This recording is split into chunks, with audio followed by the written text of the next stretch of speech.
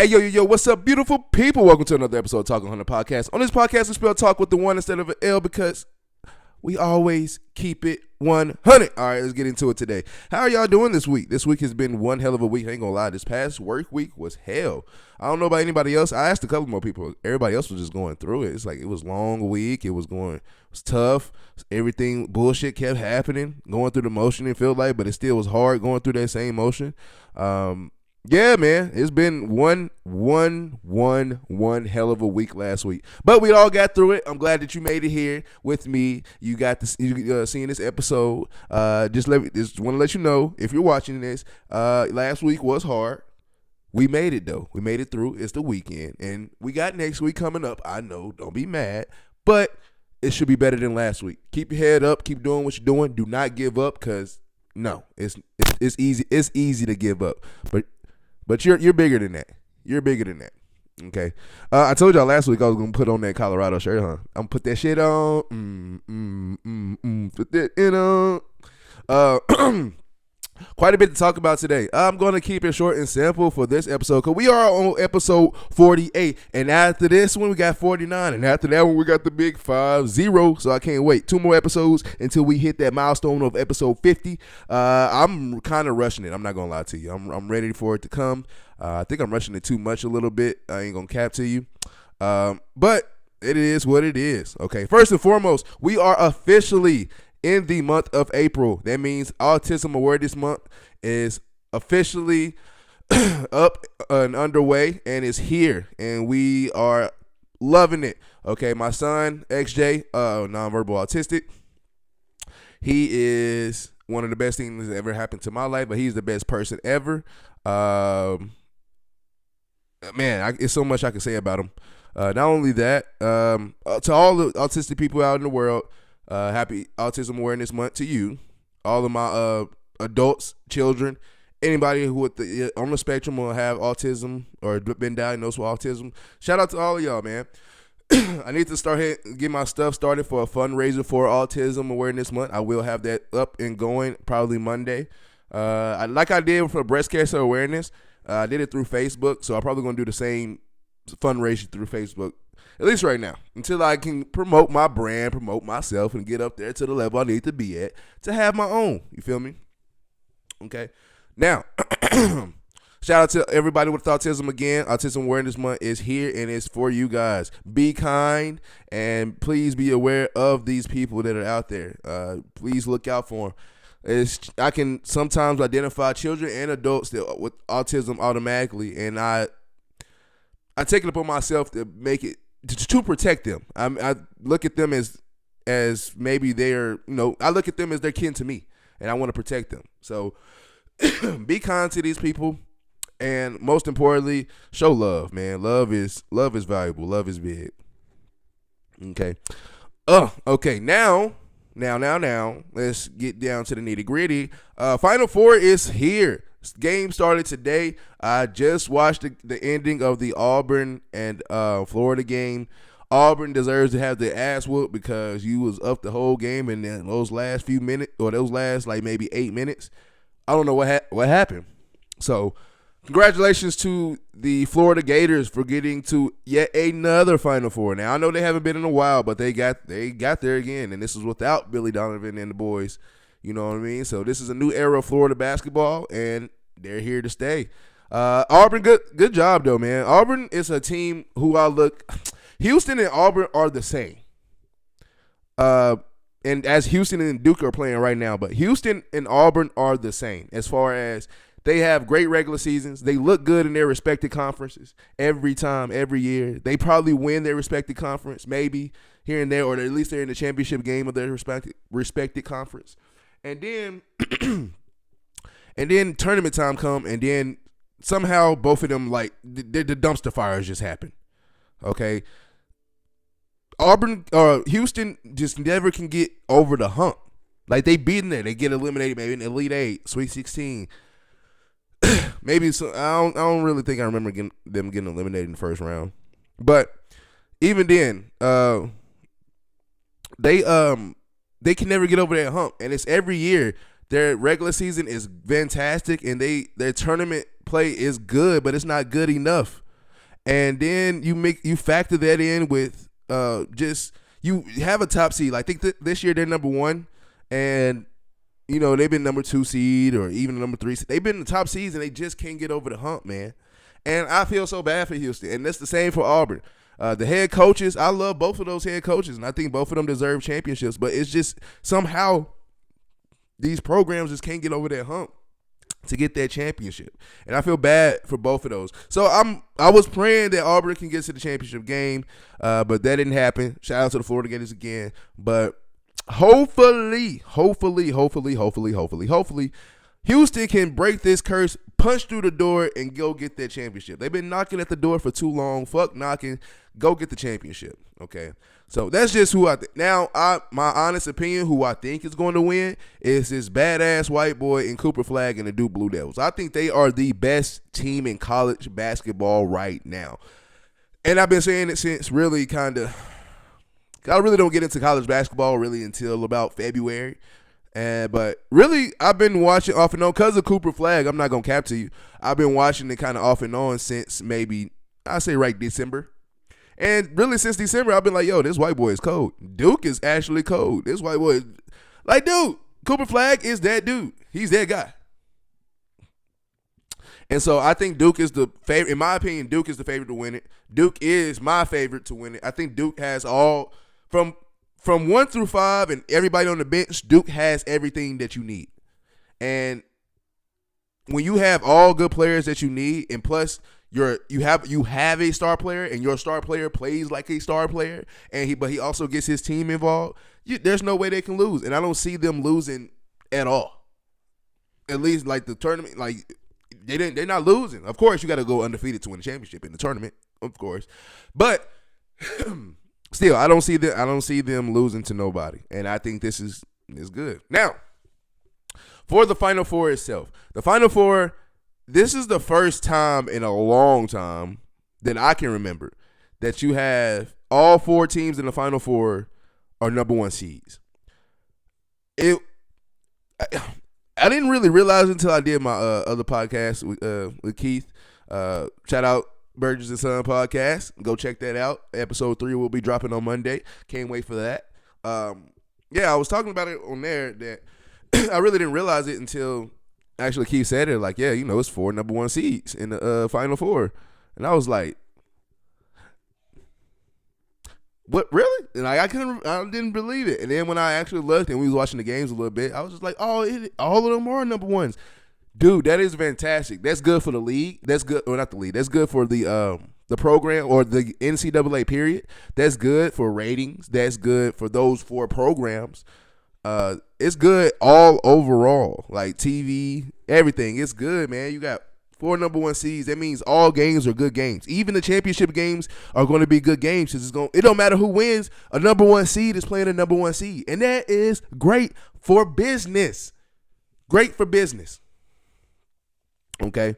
Now, also, I would like to say, man, big shout out to everybody that's helping put this together. Final Four say. That's doing everything in their power that they need to do, because it's very hard. Like, it's very hard when you trying to, especially like I said, the number 1 seeds, all the number 1 seeds that's in there. It's hard to really predict that, and the fact that it's come about and everybody has to be all hands on deck for everything, and so everybody's doing an amazing job, from TV to the TV crew, to everything, because this is crazy good basketball and good shit on TV, and we're loving it, and we're happy, and we're here for it. Okay, I can't wait. Shout out to everybody that's associated with the Final Four, that's doing whatever it needs to do, from Waterboy, from behind the cameras on TV, getting the players ready, or getting the coaches ready, or getting the people, the analyzers ready. Shout out to everybody that's associated with the Final Four, because without y'all, there's no hosting, or without y'all, there's no showing on TV the Final Four. It's none of that. You guys deserve all the credit. Thank you guys so much. Okay. Now, Final Four is here.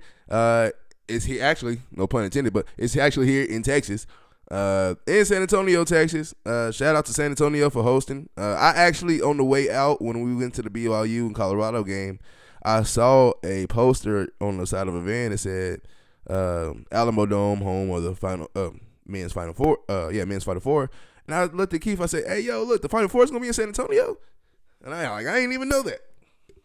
And we was gonna get tickets, but nah, I'm kind of glad we didn't, man. Especially the weather right now. This weekend has been like, nah. I kind of this weather makes me want to sleep in. I ain't gonna cap. I've been debating on if I want to get up and record all day, but I got up. I got my ass up and I stopped. Got my shit. Got my hydration. Ooh, I forgot my drink actually. Got my hydration in, so it is what it is. All right. Now, speaking of college basketball, which will lead into college basketball. Well, the person who came from college basketball. Shout out to Syracuse, because shout out to the one and only Carmelo Anthony. Carmelo Anthony is going to the Naismith Hall of Fame. Well-deserved. Congratulations to you, Mr. Melo. Melo is multi-time All-Star, multi-All-NBA, first, second team, multiple times. If I'm not mistaken, he was second in Rookie of the Year to LeBron James. We get that. Dude, one hell of a career, man. For people who don't know, Carmelo Anthony is one of the best players to ever play the game of basketball. And people hold rings and appearances to the finals as a high standard, as you should. Like, don't get me wrong, as you should hold. Like, you know, players need to win rings in order for you to say they're great. That's a fair argument, and I give you that. But people don't give enough credit to Melo. Think about, y'all want to defend LeBron so bad and so much about, oh, look, you know, between him and Mike, y'all say, oh, well, look at the competition LeBron had to play. He had to play Kobe. He had to play, you know, KD and Melo and Dwayne Wade. Steph Curry. He has all these people. Do y'all not realize that Carmelo Anthony had the same exact competition? And not only that, y'all want to be quick to say, oh, the East is weak. The East is weak. Okay, we can say that. Okay, LeBron was in the East. Like Melo was in the West. And he's playing Tim Duncan and the boys. And he's playing Kobe and the boys. And he's playing Kevin Durant and the boys. Like, dude. I mean, well, okay. Wait. Let me take that back. Kevin Durant the Thunder isn't really that good until really when Melo was on the Knicks. So I don't count. We won't count that team. But yeah, you talking about the Spurs with Tim Duncan, Tony Parker, Ginobili. Talking about the Lakers with Kobe. Even before the Pau Gasol era, but you had the Pau Gasol and Kobe, Pau Gasol, and then all of those boys, Lamar Odom, Trevor, all of those. Even then, before then, like Kobe was putting whoopings on the Nuggets. So Melo has had to play tough ass competition, dog ass competition, greatness level ass competition, and y'all still throw him like he's trying to throw him under the rug. No, this is very valid Hall of Fame. First ballot, very valid, very valid. You can say what you want. First ballot, very valid. That's wrong. I should be a rapper. No, anyway. I say no. This is well deserved from Carmelo Anthony. Carmelo Anthony deserves to be in the Hall of Fame. Carmelo Anthony deserves everything that's given, all the praises that been given to him. He deserves it. The dude is a bona fide scorer, inside or outside. Especially early in his career, Melo knew his body. He's a big body. He'll bump the shit. And then back then, before it was like, you know, not softball, but you know, you can't bump like you used to. But back then, when it was a little bit tougher, man, what I'm talking about? Melo was a big body guy. First of all, he could shoot the ball from anywhere. You want to talk about pure scoring? I still believe Kevin Durant is one of the best scorers to ever touch the basketball. But there's no Kevin Durant scoring if there's no Carmelo Anthony. Not to say that Kevin Durant still wouldn't do Kevin Durant things. I'm just saying the fact of scoring the ball, the way that you score the ball, Kevin Durant low-key kind of mimicked that Carmelo Anthony's field. And there's nothing wrong with that. But, I mean, of course, Melo is bigger. But it's just like, bro, I hate the slander of Melo. Melo deserves Hall of Fame. Melo deserves to be talked about as one of the all-time greats. Melo deserves to have everything that comes to it. He deserves it. And the fact that everybody's going to throw some type of shade. Oh, he didn't win a championship. Oh, he didn't do this. Oh, he didn't do that. Just be a hater, bro. And it's okay. It is okay. Again, congratulations to you, Mr. Carmelo Anthony, on making it to the Hall of Fame. This is amazing, not only for you, but you and your family. I hate that you go through the criticism that you're going to go through and that you have been going through and that you're going to go through. Especially the most thing that pisses me off, but I really can't hate on it, is the fact that Nikola Jokic has number 15 in Denver, and he's an all-star and won a championship in Denver. And potentially, if you talk about number 15 in Denver, kids would think about Nikola Jokic before they do Melo Anthony, and that is so sad and childish. But at the same time, you know what? It is what it is. And I'm glad Carmelo is taking it as, it is what it is, bro. Like, he did his time. Carmelo know who he is. I had the pleasure of watching Carmelo Anthony live in person when I went to go watch the Knicks play the Grizzlies in Memphis. This is when I was living in Tennessee at the time. And so I got to see Melo in person, and that was very good. That was very cool, actually. It was very fun. But yeah, congratulations to you, sir. Okay. Road to WrestleMania. WrestleMania 41 is about, what's today? Saturday. 2 weeks away, actually. 14 days away.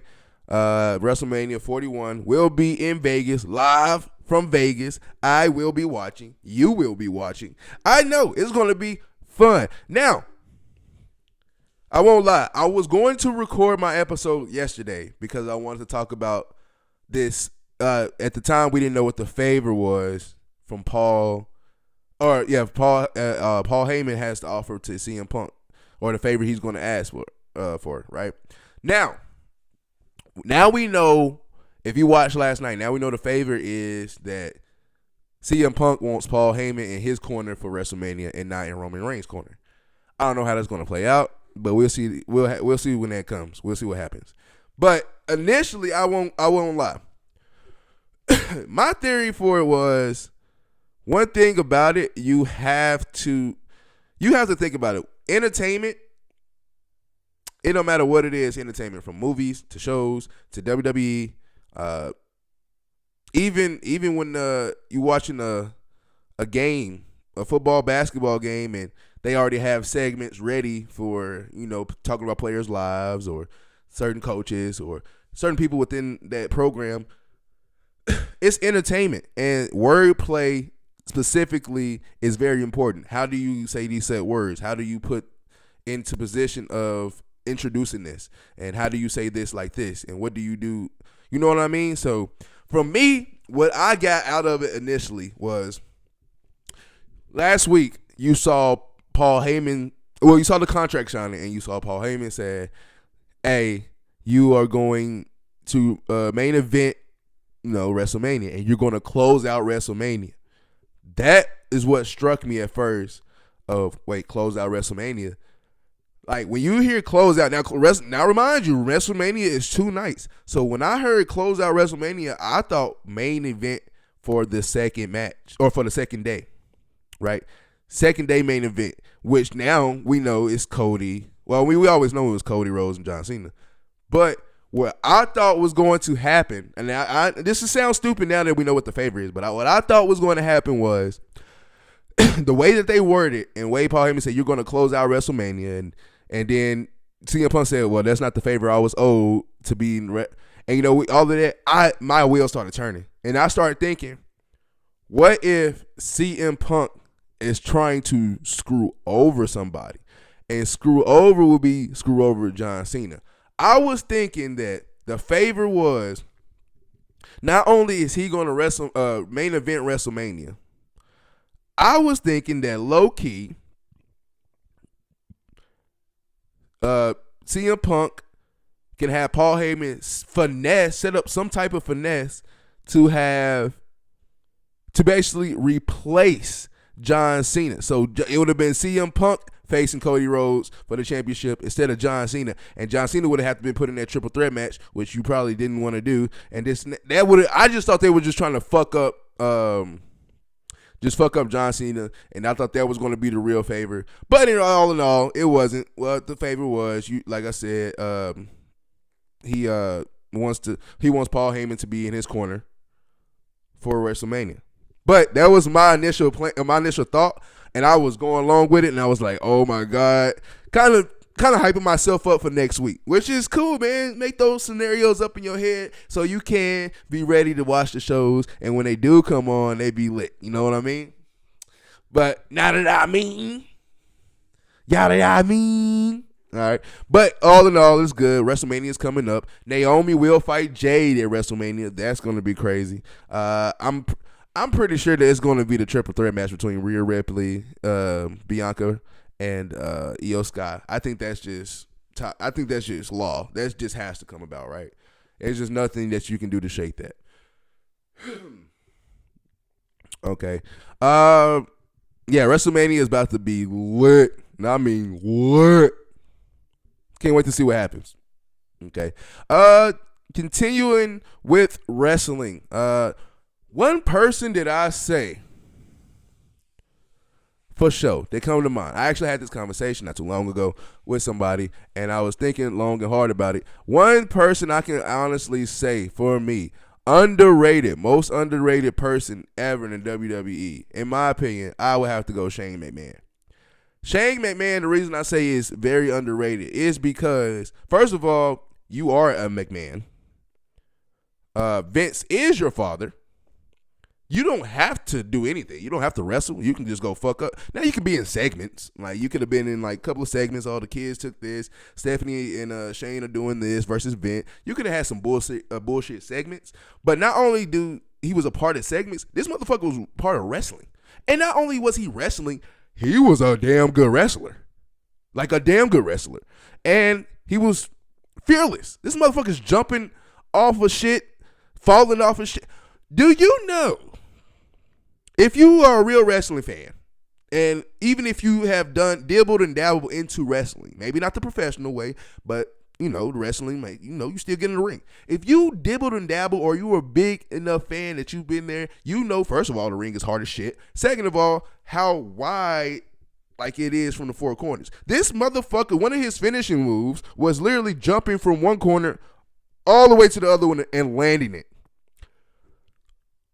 I barely could do a frog splash when I was a kid, and this motherfucker's jumping from corner to corner. Are you kidding me? And he didn't have to. He's jumping off of Hell in the Cells. He's jumping off a steel cage. He's jumping off of what's the thing, the prompt things that they have when you first enter the ring. Like he's climbing that and jumping the fuck up. Shane McMahon, in my opinion, is the most underrated wrestler that I could think about. Now it's more ones that's out there. Like I think one time I was talking about Ultimate Warrior, who I think is very underrated. Dusty Rhodes is kind of underrated a little bit. His wordplay was great. Yeah, a lot of people that you can name that comes to mind that you can say they're underrated. But for me, Shane McMahon, the fact that you didn't have to wrestle, the fact you don't have to do anything, but you did it anyway, and you took pride into it, hats off to you. Shane McMahon is him. Shit, Shane McMahon had me trying to do his moves on my shit, on my pillows and shit. I'm over here having matches with my pillows and all this. I'm trying to do all that Shane McMahon shit. Almost broke my goddamn bed and my back trying to do that shit. But it still was fun. I mean, you know what? Speaking of that, let me ask a question.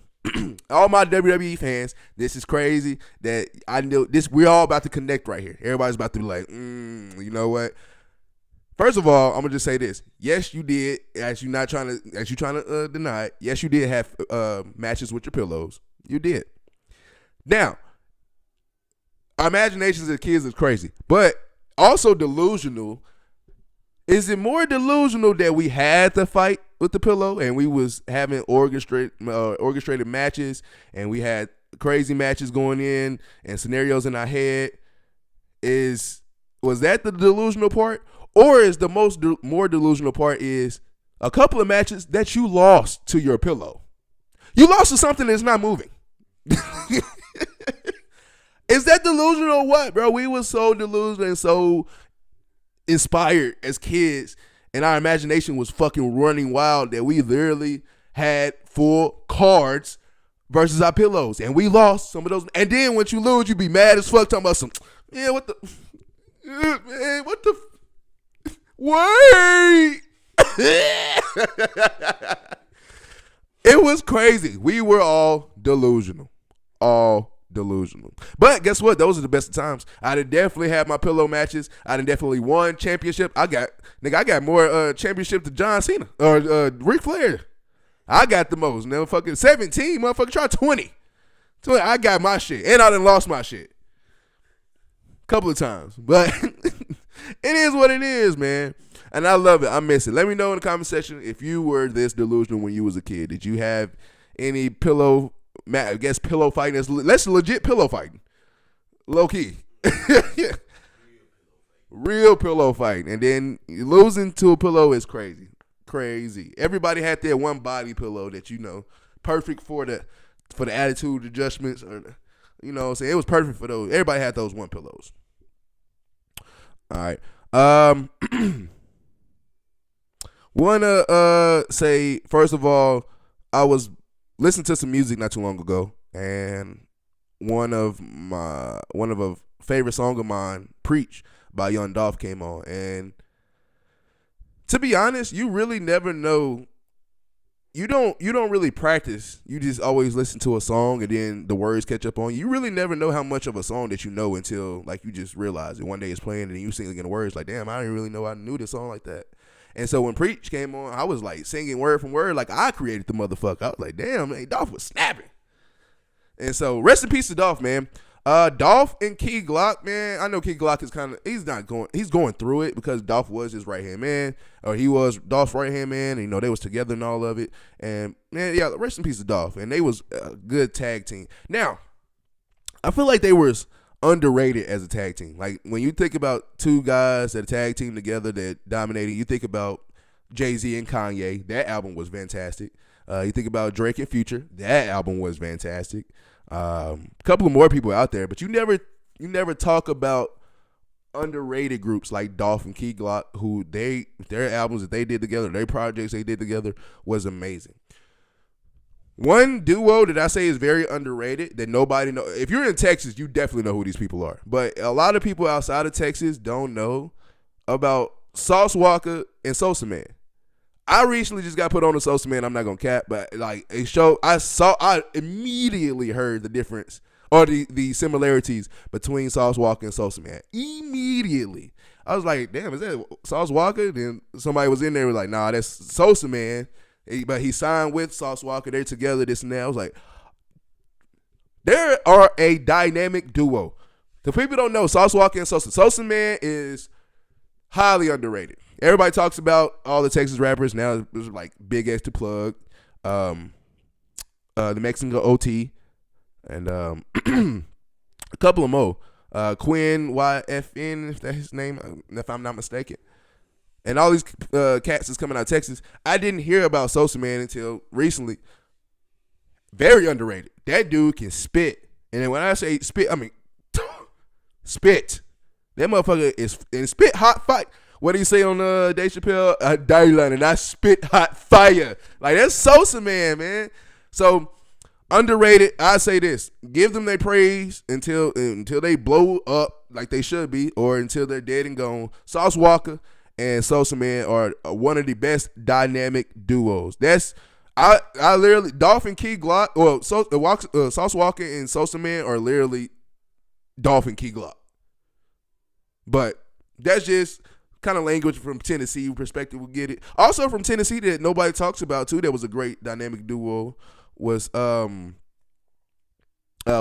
Tripp and Starlito. Starlito and Don Tripp was great together. Their projects together was fantastic. Step Brothers, and then even their personal or the individual projects, and one come feature hop on a couple of songs. Their chemistry together was very top notch. Now, like I said, everybody talks about Dolph and Key Glock, and then you got Yo Gotti and Black Youngster. You got all these other people, and then Sauce Walka and Sosamann.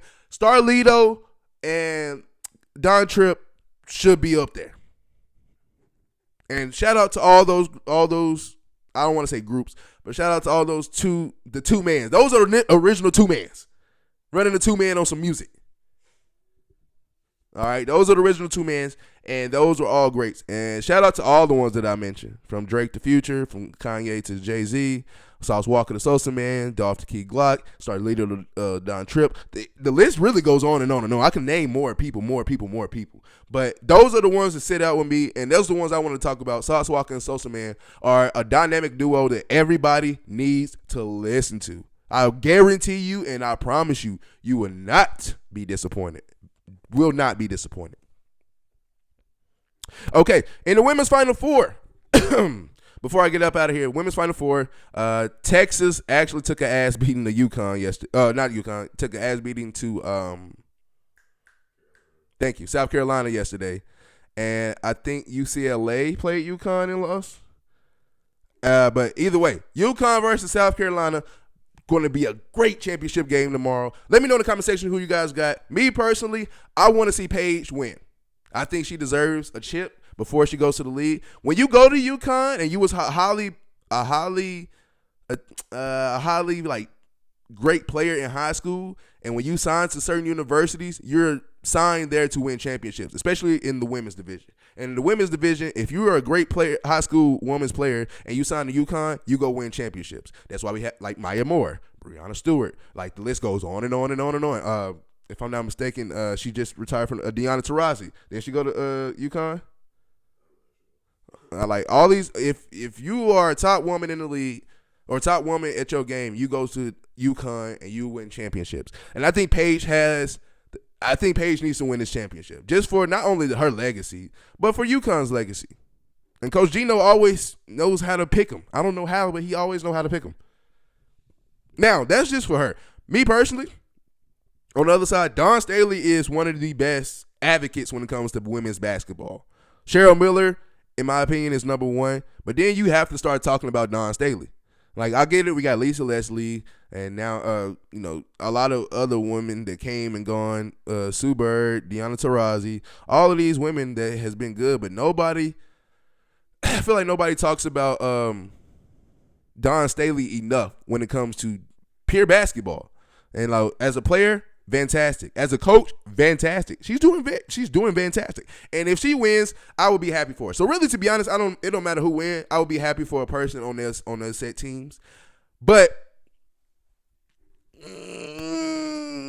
if I had to pick,